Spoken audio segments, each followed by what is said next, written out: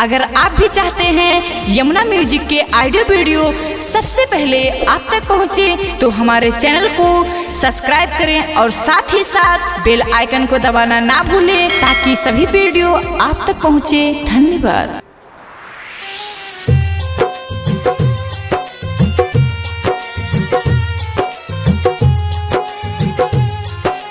माँ Vaishno recording studio Delhi.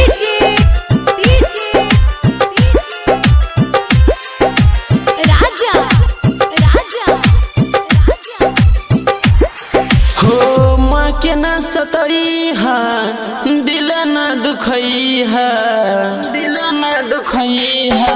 हो माँ के न सतई है दिल न दुखई है। माई से बढ़ कर के हुना होला भैया, माई से बढ़ कर के हुना होला भैया।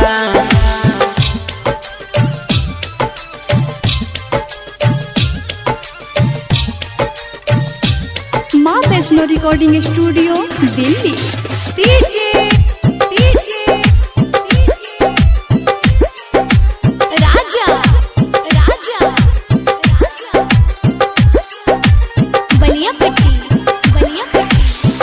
नौ महीना कोखी में उस सबके पलली हो, कोनो भी दुख आइल उस सबके झलली हो, के झलली हो।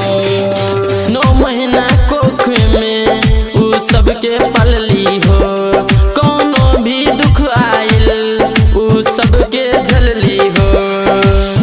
श्रद्धा पुरई है छोड़ मत जई है, श्रद्धा पुरई है छोड़ मत जई है। माई